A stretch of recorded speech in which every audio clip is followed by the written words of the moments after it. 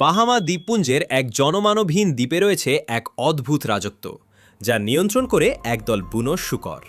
ফ্লোরিডার দক্ষিণ পূর্বে অবস্থিত এই দ্বীপে বাস করা প্রতিটি শূকর অসাধারণ সাঁতারু। স্বচ্ছ নীল সাগরে সাঁতার কেটে ঘুরে বেড়ানোই এদের প্রতিদিনের জীবন। একসময় জলদস্যু ও নাবিকরা ভবিষ্যতের খাবারের রসদ হিসেবে এদের এই দ্বীপে ছেড়ে গিয়েছিল, কিন্তু সেই নাবিকেরা আর কখনো ফিরে আসেনি। ফলে পরিত্যক্ত এই শূকরগুলো দ্বীপের প্রাকৃতিক পরিবেশ, মিষ্টি পানি এবং অনুকূল আবহাওয়াকে কাজে লাগিয়ে নিজেদের বংশবৃদ্ধি করতে শুরু করে। গবেষকরা এদের জীবনযাত্রা বুঝতে একটি রোবট শূকর এদের দলে পাঠিয়েছিলেন।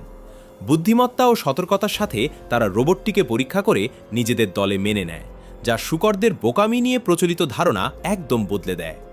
প্রথমে দ্বীপের ফলমূল খেয়ে বেঁচে থাকলেও দল বড় হওয়ার পর খাদ্যের অভাব দেখা দেয়।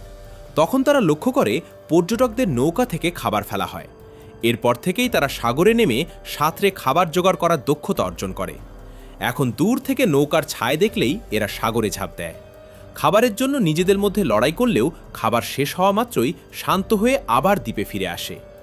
অনেকে এদের বিশ্বের সবচেয়ে সুখী শূকর বললেও মূলত এটি একদল পরিত্যক্ত প্রাণীর বেঁচে থাকার অদম্য লড়াইয়ের গল্প। নিজেদের বেঁচে থাকার তীব্র ইচ্ছাশক্তি দিয়ে তারা এক কঠিন পরিস্থিতিকে নিজেদের স্বর্গে পরিণত করেছে।